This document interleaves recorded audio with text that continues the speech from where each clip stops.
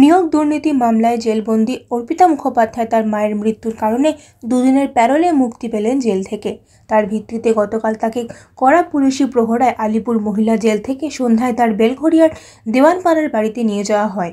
তার মায়ের পারলৌকিক ক্রিয়ার কাজ আড়িয়াদহ শ্মশানঘাটে মিটে যাওয়ার পরে ফের তাকে ফেরত নিয়ে আসা হয় আলিপুর মহিলা জেলে। সাংবাদিকরা তাকে বহু প্রশ্ন করলেও তিনি কোনো রকম উত্তর দেননি। এক্ষেত্রে উল্লেখ্য নিয়োগ নীতি মামলায় 2022 সালে 23 জুলাই ইডির হাতে গ্রেফতার হয়েছিলেন প্রাক্তন শিক্ষামন্ত্রী পার্থ চট্টোপাধ্যায়ের বান্ধবী অর্পিতা মুখোপাধ্যায়। চিকিৎসা কি বলবেন? আপনি থাকলে কি চিকিৎসাটা বেটার হতো? মায়ের পাশে থাকলে কি চিকিৎসার বিষয়টা যদি বেটার হতো?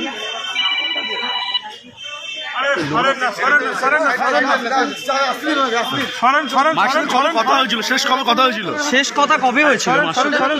মার সাথে শেষ আক্ষেপ কি রয়ে যাচ্ছে?